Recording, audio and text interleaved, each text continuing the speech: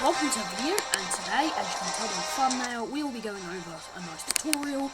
And basically how we're going to start is I'll show you about all the doctrines, which is arguably one of the most important things, and then some useful strategies you can use for yourself if you ever need to use them. So first we will look over about the common turn, and as you can see, you get quantity, which means decreased unit cost, decreased unit upkeep, but you get decreased unit damage. So how this works is different units from different things give you lower or higher HP. Like for Soviet infantry you have 15 HP, and motorized you have 20. And for heavy tanks, usually for the Soviet Union, I believe heavy tanks are quite buffed, or communism, they're pretty buffed, I think. They're pretty good. And there's medium tanks too, which get 40 HP.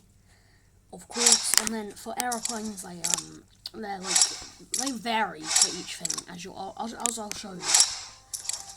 But then, as we're going to go over these. So then, now we will look at the Japanese doctrine.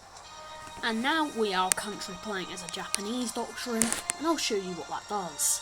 So now, as you can see, we'll go into Pan-Asian, but it shows a Japanese icon, so we're just going to say Japanese. And it works as surprise, so that means, basically, increased unit speed, increased unit view range, and increased unit terrain bonuses, but you have lower hit points, and I'll show you about that now. So if we go into research, we can show you infantry has the same HP, yeah, but motorized has 2 less HP than communist ones. Artillery has 9 HP, which usually it has 10. For heavy tanks, or medium tanks, you only have 36, and for heavy tanks you only have 90. And for planes, you have even lower HP, with 18 for attack bombers, which I'm pretty sure wasn't that 23 last time. And naval bombers are only 18 also, which is a lot lower than last time. That basically goes over that doctrine. So now I will show you an Axis one. So now we are playing as an Axis country, or Mississippi on this map, because this is this is just one of them maps where there's also separate all the states and stuff. So back into what matters, Axis, which relies on power, which gives increased unit damage and increased unit hit points, but increased unit cost. So now I'll show you that. Infantry now has 17 HP. Motorized now has 23, which is an increase. Ordnance now has 12 HP, a 3 increase from the Japanese and a 2 from the Soviets. And for medium tanks on the Axis, they have 50 HP, and heavy tanks get 115, which is a decent buff. And attack bombers get 23, and naval bombers get 23, which is the best out of all of them. And as you can tell, we have all the naval stuff. So now I will show you an allied doctrine. See, now we are India, which has a allied doctrine, or allies, and they rely on optimization, which is increased production times, decreased production times, decreased research costs and times, and decreased upgrades and costs and times, but decreased unit speed. And so I'll show you now. As we go into infantry, we have 15 HP, which seems to be the basic underline, and the motorized has, you can see, it's got lower speed too. The ornament is 10 HP, which is pretty good.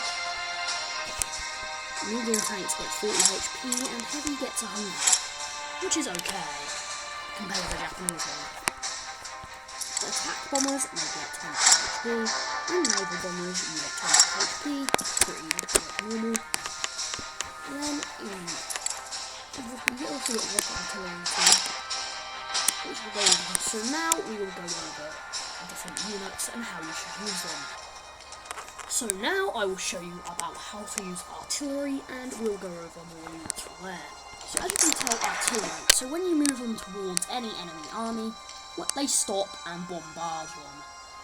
Which basically means if they're going forward, they'll stop and then they'll bombard, which I can show you a pretty good example of right here. When this troop moves into this troop right here, and it will start bombarding it, which is very useful, and we just capture the health. That's pretty nice. And now we are also going up into this province here, which is very good.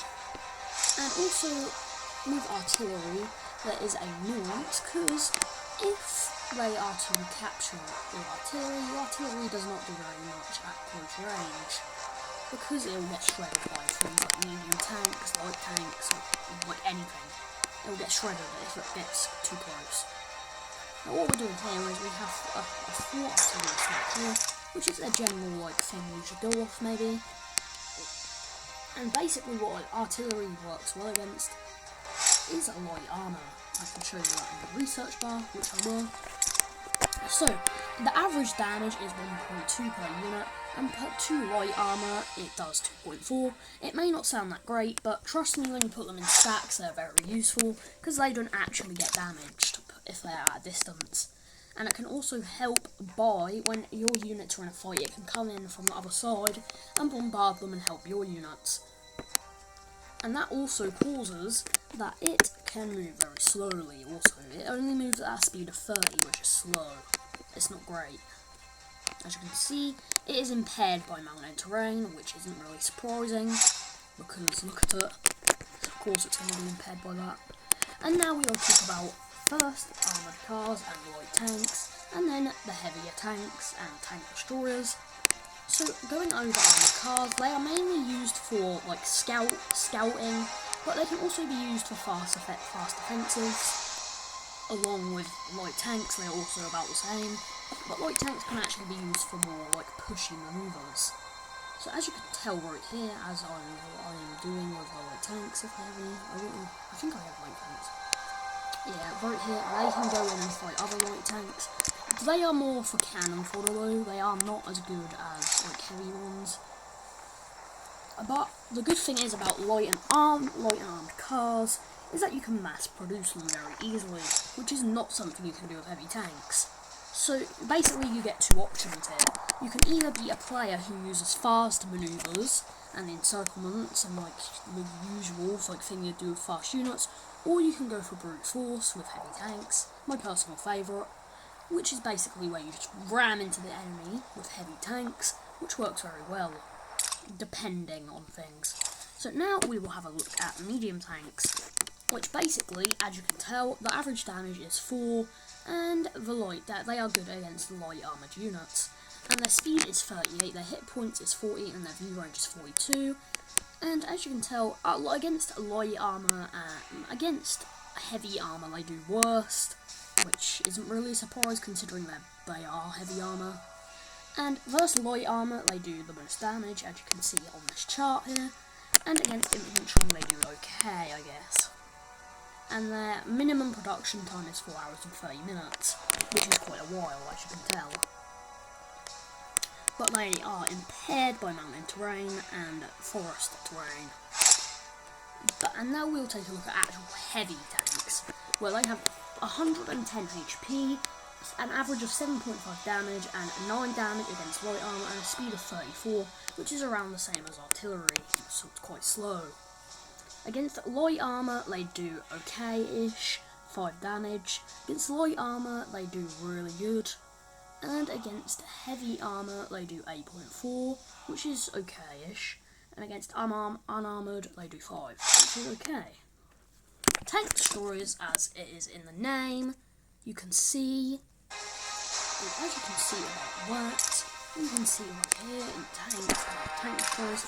So, average damage is 4 damage, and they're against heavy armour, which is what they do best, is 8.1, and their hit points are 40, and their view range is 42, and their speed is 38. And as you can tell by the description, tank destroyers are the defensive units specialised in ambushing and destroying enemy tanks. They are most effective against armoured targets, but have a weak spot when playing infantry and other unarmoured targets, which is very true. And for unarmoured, they do really bad, like 0.6 damage. An interceptor can do more damage than that, by the way. We can actually look, I can actually show you, I'm pretty sure they do. They do, yep, they actually do more in attack damage, which is kind of crazy. But for light armour, they do 3.6 and 5.4 for defence, obviously. and heavy tanks they do 5.4 and 8.1. And I will describe who and what doctrine they should be used for. Basically, if you're an allied person before the day of 4, you should be using tank destroyers because there's nothing other heavies you can use, or you should just gamble in armoured cars and light tanks. That's all you can really do until you're at day 4, and you can't get heavy stuff until then. So it's very restrictive. And now we will go over ordnance. So as you can tell, anti-tank, it's in the name. It's good against tanks, like any form of tanks. The average damage is 3.1, and when it's defending, 6.4. Its HP is 15, and its speed is 30, with a view range of 42. And as the description says, anti-tank guns are defensive units who counter attacks by armoured vehicles. They are cheap and fast to produce, but they should avoid fights against unarmoured targets. With their stealth characteristics, they can ambush approaching tanks. Versed unarmoured, they do 0.5, even worse than a tank destroyer. Light armour, they do 2.4, and defence, they do like 4.8. And for heavy armour, they do 3.2 and 6.4. You should only be using anti-tank, really, like, early game, really. Like, that's just what I do, though. And for artillery, we already went over that, basically. But SP artillery is the later game version of that. So basically, I can actually research this. I can't, but still. Their average attack damage is 2.1 versus heavy armour, that's 4.5. It has a 20 HP, which is far better than artillery, and has a speed of 50, which was really good, basically. And as you can tell, self-propelled SP artillery is an offensive unit that is most effective against armoured targets and buildings.